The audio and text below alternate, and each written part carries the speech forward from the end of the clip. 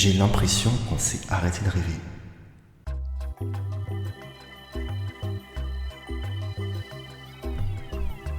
J'ai l'impression qu'on s'est arrêté de rêver. Quand je vois les gens au quotidien, j'ai pas grand chose à leur dire. On est comme sous perfusion. Et puis mon esprit vagabonde, c'est déjà ça, mais je me sens pas libre de l'exprimer auprès des autres. Je vais pas tomber dans le cliché du c'était mieux avant, déjà parce que c'est pas vrai, mais aussi parce qu'en tant qu'enfant de ce siècle, j'en ai absolument aucune idée, mais bordel, c'était mieux avant.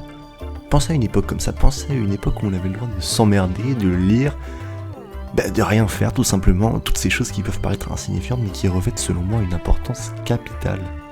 On avait le droit d'exister autrement qu'à travers un flux d'infos en continu. Une espèce de flux branché directement à notre cerveau, un enchaînement sans saveur de stimuli. Et puis, au moment où je vous parle, quelque part, y a un groupe de gens paumés, assis autour d'une table, qui se racontent des histoires. J'ai découvert Donjons et Dragons il y a 5 ans maintenant. J'ai trempé timidement un pied au départ, et puis je me suis laissé aller dans le délire. Essayer de fuir ce jeu quand il est entré dans votre vie, c'est comme se débattre dans les sables mouvants, c'est inutile et irrémédiablement voué à l'échec. Alors laissez-vous engloutir. Pour la faire simple, D&D c'est un peu comme une hallucination collective.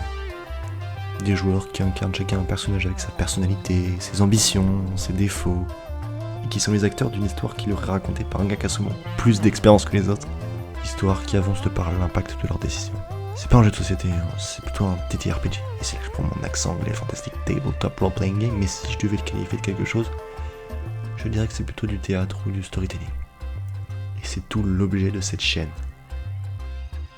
Donjons et Dragons, c'est un jeu qui vous apprend à ne pas lâcher. C'est un jeu qui vous apprend à construire quelque chose, et qui plus est, construire quelque chose avec les autres.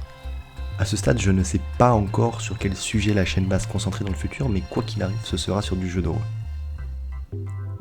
Bon, moi, comme vous vous en doutez, j'ai un petit nom, je m'appelle Paul Mignon, et je serai le gueux qui se chargera de vous insuffler votre petite dose de trip à chaque podcast pour vous servir. Sur ce, et ce pour les 0 personnes qui écouteront ceci, bienvenue sur Bifrost, heureux de faire votre connaissance, à plus.